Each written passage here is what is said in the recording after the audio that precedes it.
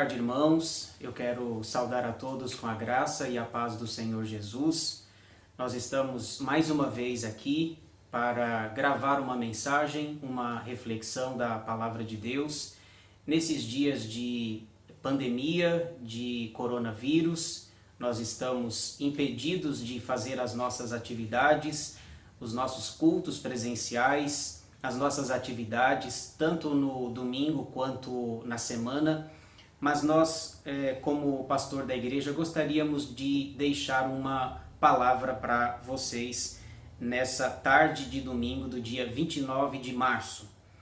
Meus irmãos, esses dias, diante de tudo aquilo que nós temos visto e que tem sido noticiado pela televisão, pela mídia, os meios de comunicação, eu assistindo tudo, pensando e refletindo, eu sempre gosto de refletir, de ponderar nas coisas que nos acontecem. Eu escrevi um texto e gostaria de lê-lo mais uma vez. Talvez alguns irmãos da igreja já leram o texto, mas eu gostaria de lê-lo mais uma vez. Eu postei esse texto no grupo da igreja, em alguns grupos. O texto, diante daquilo que nós estamos vendo e assistindo, eu escrevi um texto e coloquei algumas impressões minhas com relação ao que nós estamos vivenciando. Eu quero ler para os irmãos rapidamente esse texto que está lá no grupo da igreja. O título é A Certeza entre as Incertezas. Vivemos dias de incertezas por causa do coronavírus ou Covid-19. Isso é um fato evidente. Por isso, basta ver os meios de comunicação falando a respeito do tema. As informações são as mais desencontradas possíveis. Tanto na TV como nas redes sociais, vemos um dizendo uma coisa, outro dizendo outra. Para aumentar mais ainda a discussão, o presidente da República, Jair Bolsonaro, veio a público e fez um pronunciamento que vai contra o que os especialistas da área da saúde têm dito, juntamente com as demais autoridades civis do país. Destaco aqui pelo menos 6 coisas que estão sendo faladas pelas pessoas a respeito do vírus. 1. Frases comuns que as pessoas têm falado. Número 1. Não se preocupem, é apenas uma gripezinha. 2. Fique em casa, isolamento total. 3. Está acontecendo um fato apocalíptico. 4. O vírus foi criado pela China, pois a mesma tem interesses em ser a maior potência econômica mundial. 5.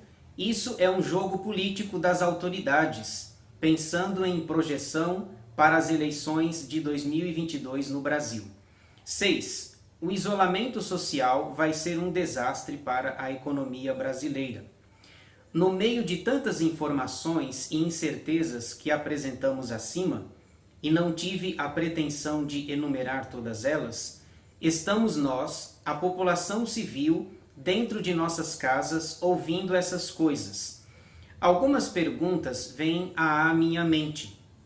A quem ouvir? Quais as fontes confiáveis? Como identificar as fake news? Como lidar com essas incertezas? Qual a certeza que podemos ter diante de tudo isto?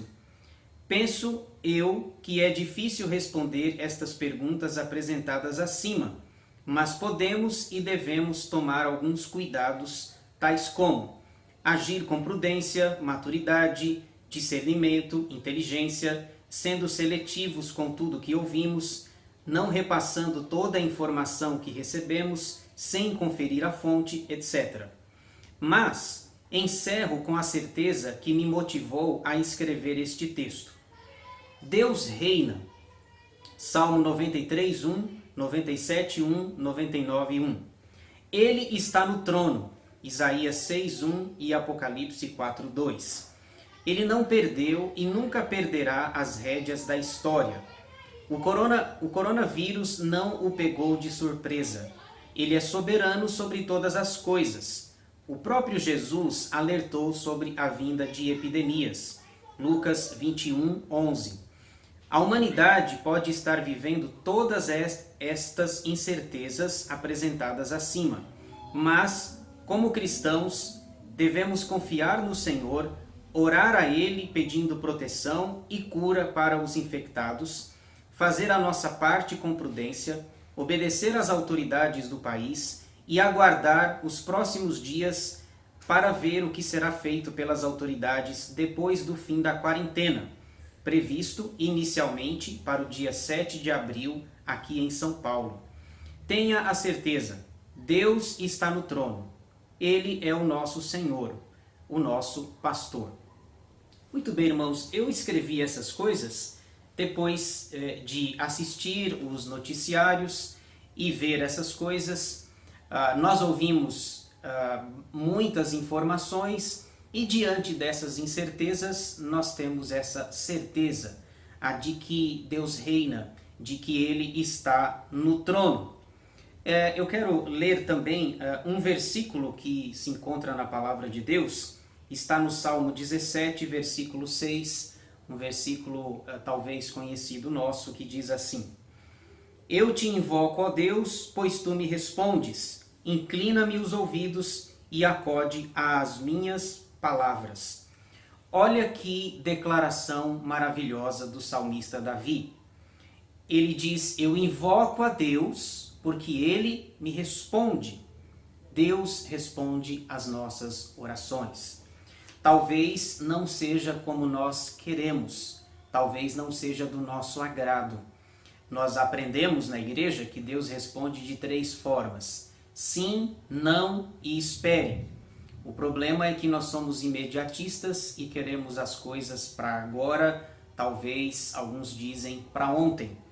Então nós podemos orar, nós podemos invocar o nome de Deus porque Ele nos responde. E eu quero nesse instante fazer uma oração de intercessão, colocando alguns pedidos, algumas coisas diante do Senhor, do altar do nosso Deus. Você pode ver depois os pedidos que estão no nosso boletim, pelos enfermos da nossa igreja, pelos enlutados, por aqueles que estão aflitos, tristes, desanimados. Também orar por esse vírus, pelo coronavírus, por essa pandemia, para que Deus tenha misericórdia de nós. Pelo nosso país, pelas autoridades, desde a maior até a menor, desde o presidente da República e todos os nossos deputados, sejam estaduais ou federais. Eu quero nesse instante orar, pedir a que você me acompanhe, por favor, em oração. Como nós acabamos de ler, eu te invoco, ó Deus, pois tu me respondes. Inclina-me os ouvidos e acode às minhas palavras. Vamos orar e colocar a nossa vida diante do Senhor. Senhor nosso Deus e nosso Pai, como acabamos de ler na Tua palavra, nós invocamos o Senhor porque sabemos que o Senhor não apenas nos ouve, mas também nos responde segundo a Tua boa vontade. Invocamos o Teu santo nome diante dos dias difíceis que temos vivido, diante de coisas, de notícias ruins que temos ouvido e presenciado. Nós colocamos, ó Deus, a nossa vida no Teu altar. Pedimos pelos pedidos que estão no boletim, os irmãos que estão enfermos, acamados, pelos enlutados, os que estão tristes, desanimados, aflitos. Pedimos que o Senhor abençoe, trazendo cura, restauração, libertação para essas pessoas. Nos lembramos dos desempregados também da nossa igreja, do nosso país. Colocamos as autoridades nas Tuas mãos. A Bíblia nos ensina que nós devemos orar pelas autoridades, porque elas foram constituídas pelo Senhor. Pedimos que o Senhor abençoe desde o presidente da República até a menor autoridade, porque todas elas foram instituídas pelo Senhor. E queremos colocar, ó Deus, interceder por esse vírus, por essa pandemia, por esse Covid-19. Que o Senhor esteja nos abençoando, nos livrando, que tomemos os cuidados necessários, mas que vivamos, ó Deus, na certeza de que o Senhor reina. No meio dessas incertezas que temos vivido, a certeza é: Deus reina, Deus está no trono, Deus cuida de nós. Pedimos essas bênçãos, ó Deus, não em nosso nome, porque não merecemos, mas no nome de Jesus, pedindo que o Senhor tenha misericórdia de nós e nos atenda conforme a tua vontade, em nome de Jesus. Amém. Muito bem, irmãos, eu quero também, nesse momento, trazer uma palavra que se encontra lá no Salmo 54. Quero pensar com vocês nesse texto nessa tarde. Se você puder nos acompanhar depois, a gravação será transmitida depois. Salmo 54 é o texto que eu quero trazer uma reflexão nessa tarde com os irmãos. Diz assim, Salmo 54. Ao mestre de canto, salmo didático, para instrumentos de cordas, de Davi, quando os ifeus vieram dizer a Saul: não está Davi homiciado entre nós? Ó Deus, salva-me pelo teu nome, e faze-me justiça pelo teu poder.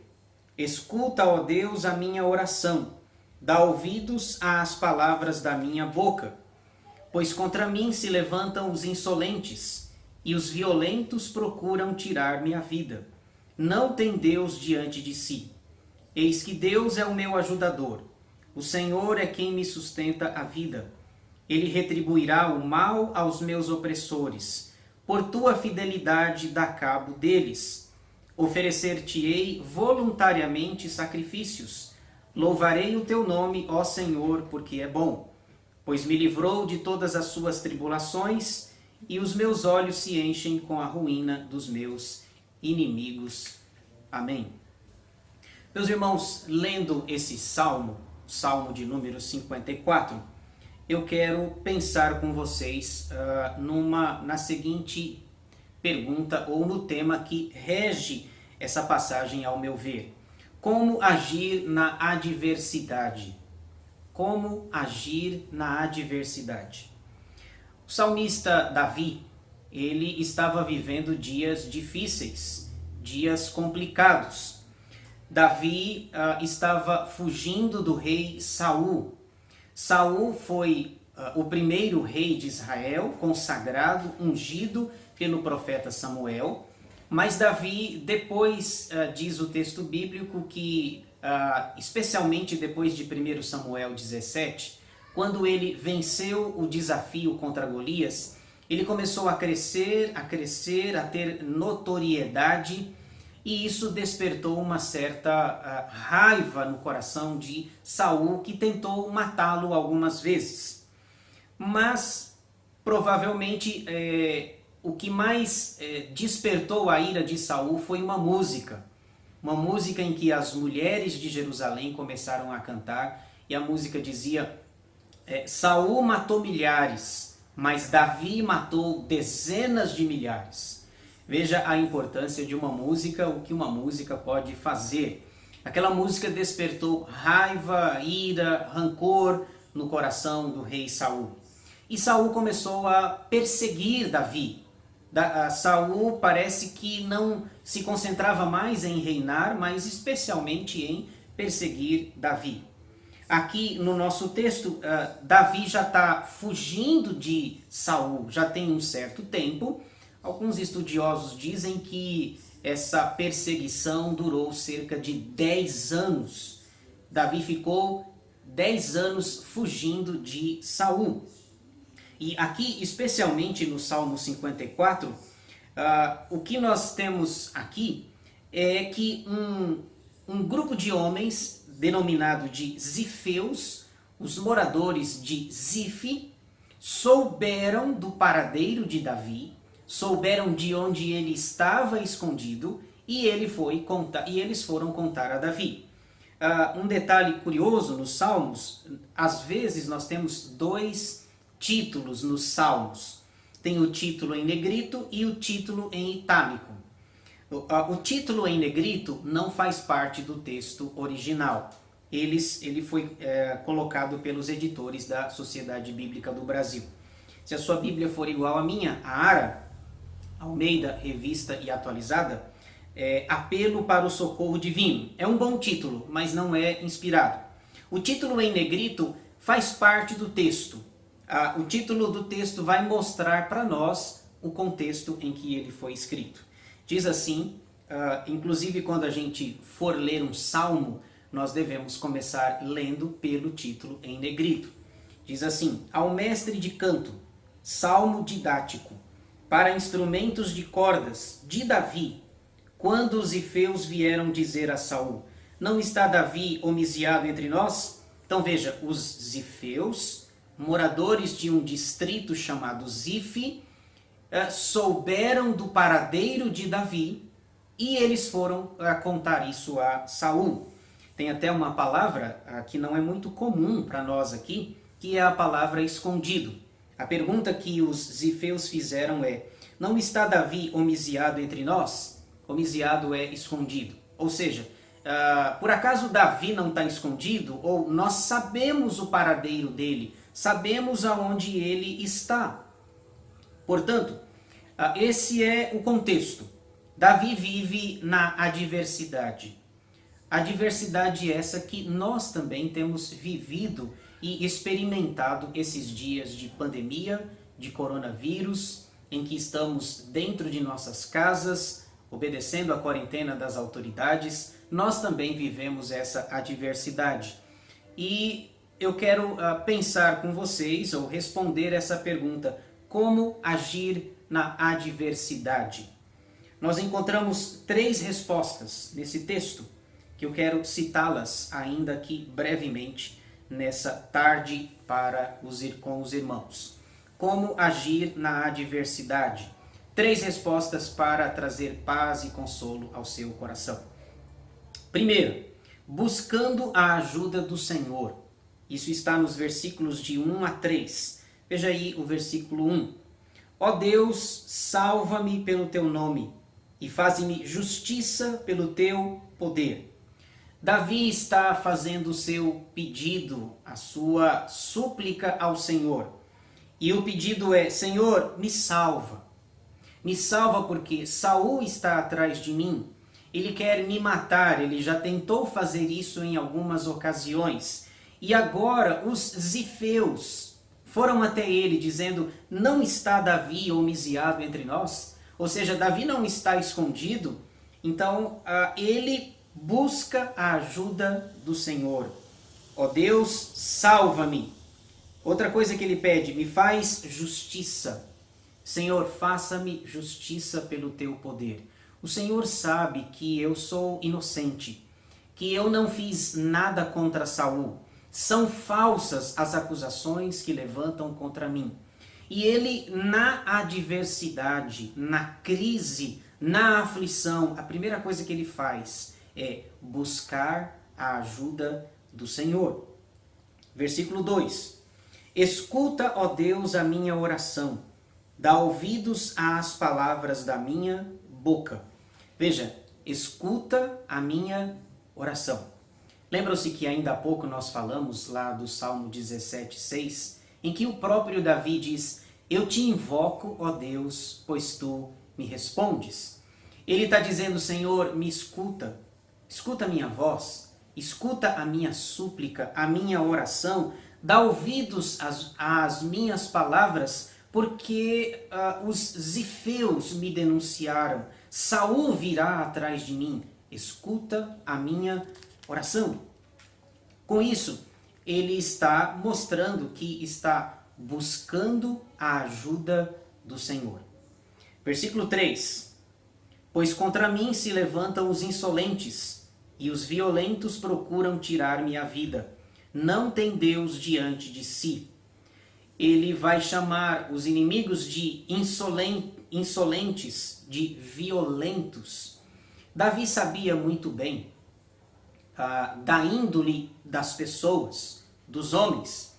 O próprio Saul havia tentado matá-lo encravando uma lança. Davi se afastou e a lança pegou na parede.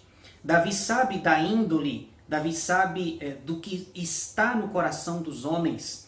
E ele pede para que Deus, pede a ajuda do Senhor para que Deus o livre dos insolentes, dos maldosos, dos violentos. Porque ele só tem um objetivo: tirar a vida de Davi. Eles não têm Deus, eles não sabem o que é misericórdia, eles não sabem o que é compaixão. O que eles querem mesmo é derramar sangue, é serem violentos contra os seus inimigos. A lição que a gente aprende aqui é que hoje nós também podemos e devemos buscar a ajuda do Senhor. Às vezes nós buscamos ajuda em nós mesmos. Às vezes nós confiamos na nossa força, na nossa capacidade, mas quando nós estivermos em momentos difíceis, situações adversas, nós precisamos entender uma coisa: busque a Deus.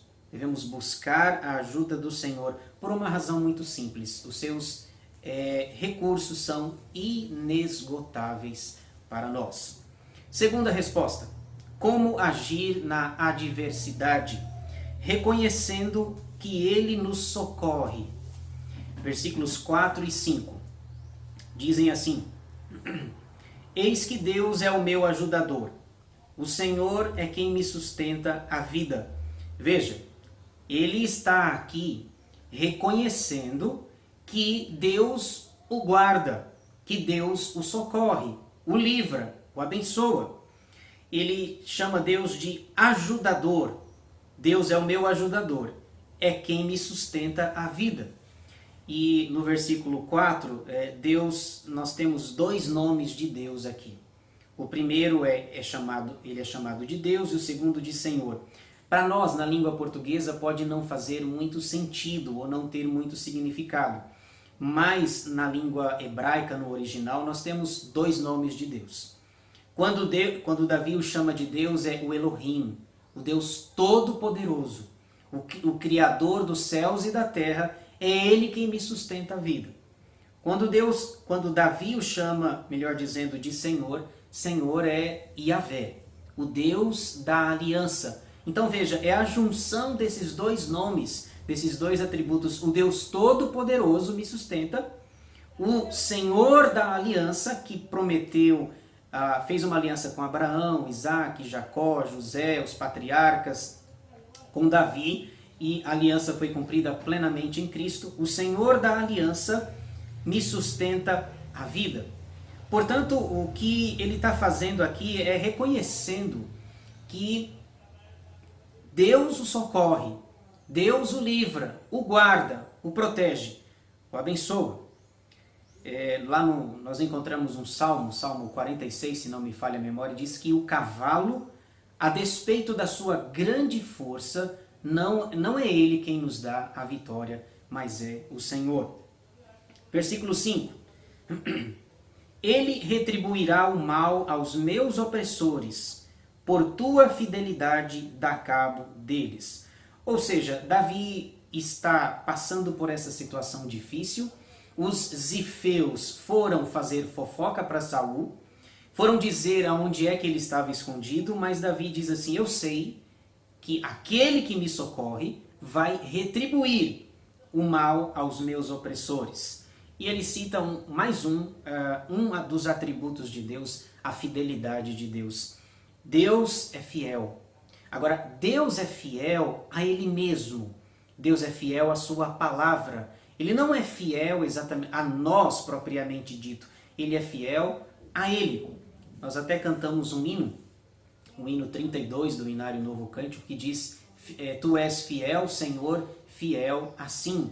Deus é fiel a Ele mesmo e Ele vai socorrer Davi, e Davi reconhece isso. À semelhança de Davi, nós também devemos reconhecer que o nosso socorro vem dele. O nosso socorro não vem da nossa força, do nosso braço, da nossa capacidade. Ela vem do nosso Deus. Então, essa é a segunda resposta: como agir na adversidade, reconhecendo que Ele nos socorre. Para terminar, terceira resposta: como agir na adversidade, agradecendo pelo livramento. Isso está nos versículos 6 e 7. Oferecer-te-ei voluntariamente sacrifícios. Louvarei o teu nome, ó Senhor, porque é bom. Veja, o que ele está fazendo aqui é uma promessa para Deus de que depois do livramento ele vai oferecer sacrifícios a Deus. No Antigo Testamento, especialmente na lei de Moisés, nós temos dois tipos de sacrifício. O sacrifício pelos pecados, isso está lá em Levítico, e também os sacrifícios voluntários, os sacrifícios de ação de graças. É o caso aqui. O primeiro caso trata de pecado, o segundo caso trata de gratidão. Gratidão ao Senhor por aquilo que o Senhor está fazendo na vida dele. E veja que está no futuro. Oferecer-te-ei. Ele não conseguiu, ele não alcançou a bênção dele ainda, mas ele diz que voluntariamente, em gratidão a Deus pelo livramento de Saul e dos Zifeus, ele vai oferecer sacrifícios ao Senhor, ele vai louvar o nome do Senhor, porque é bom. Louvar, está aí uma coisa que nós não poderíamos perder de vista. Louvar ao Senhor por aquilo que Ele é e que Ele faz e certamente ainda fará na nossa vida. Portanto, na adversidade, agradeça pelo livramento. Quando Ele vier, e se Ele ainda não veio, creia que Ele virá para a glória do Senhor. Ele encerra no versículo 7, falando um versículo que talvez é até complicado para nós. Ele diz: pois me livrou de todas as tribulações, e os meus olhos se enchem com a ruína dos meus inimigos. Talvez isso seja complicado para nós. Como é que a gente se alegra com a desgraça dos inimigos? Como é que a gente fica feliz com os inimigos se dando mal? O que acontece aqui é o seguinte, é que esses inimigos são inimigos não são apenas inimigos de Davi, mas são inimigos do Senhor. Eles estão tentando destruir o ungido do Senhor, que não havia errado, não havia pecado. Então Davi diz, olha, o fato de Deus destruir esses inimigos significa que Deus está sendo cuidadoso, Ele está fazendo justiça por conta do seu ungido não estar agindo em pecado contra Deus. Você que me ouve, também vocês e eu devemos agradecer ao Senhor pelas vitórias. Agradecer por aquilo que já temos, que já alcançamos, agradecer pelas melhoras. Nós já temos ouvido também, tem muita coisa falando sobre o coronavírus, mas a gente já tem ouvido especialistas tentando produzir remédios, relatos de curas de pessoas em relação ao coronavírus.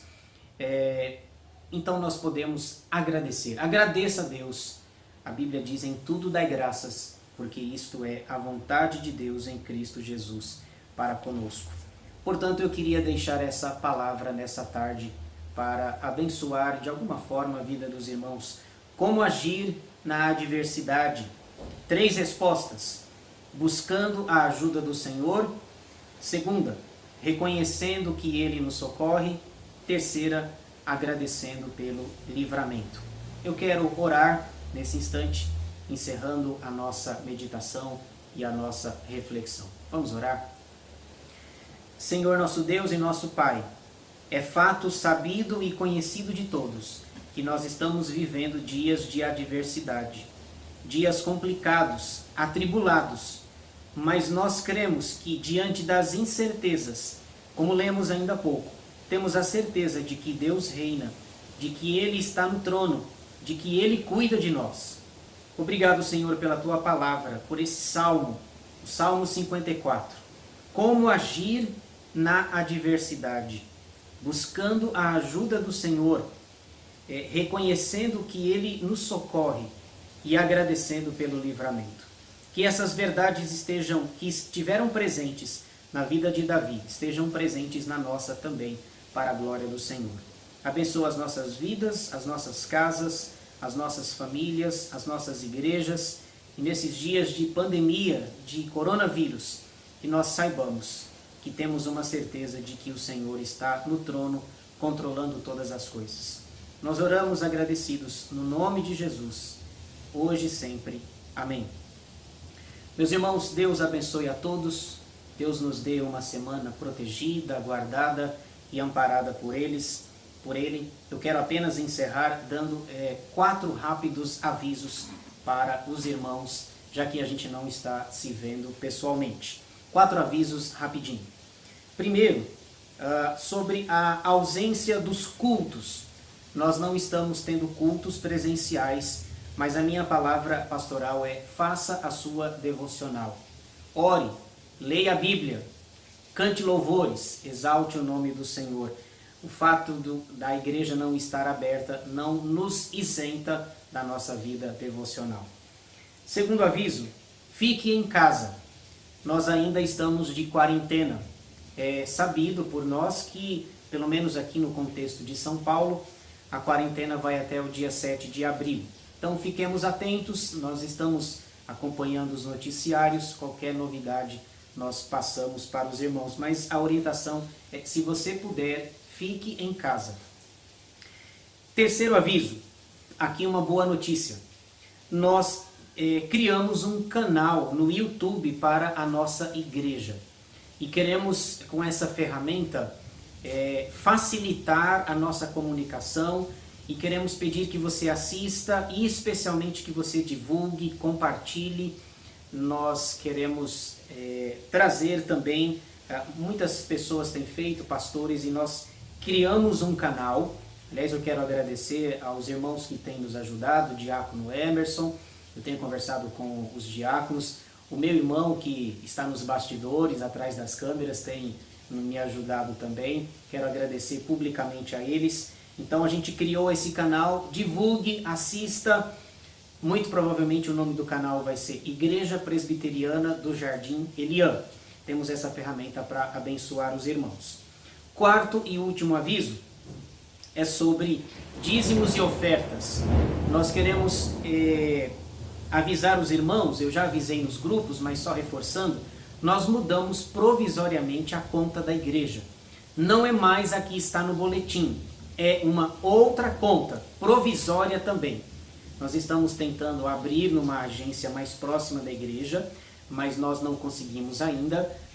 Mas nós temos uma conta provisória, nós podemos passar o número da conta para vocês nos grupos da igreja, e nós pedimos que os irmãos sejam fiéis, dizimistas e ofertantes fiéis na casa do Senhor, nesses dias que a gente não tem nos encontrado pessoalmente. Qualquer dúvida você pode me procurar, pode procurar o presbítero Adeildo, nós podemos conversar com você, passamos o número da conta para os irmãos, mas nós pedimos que os irmãos sejam fiéis na entrega de seus dízimos e ofertas. Muito bem, é isso.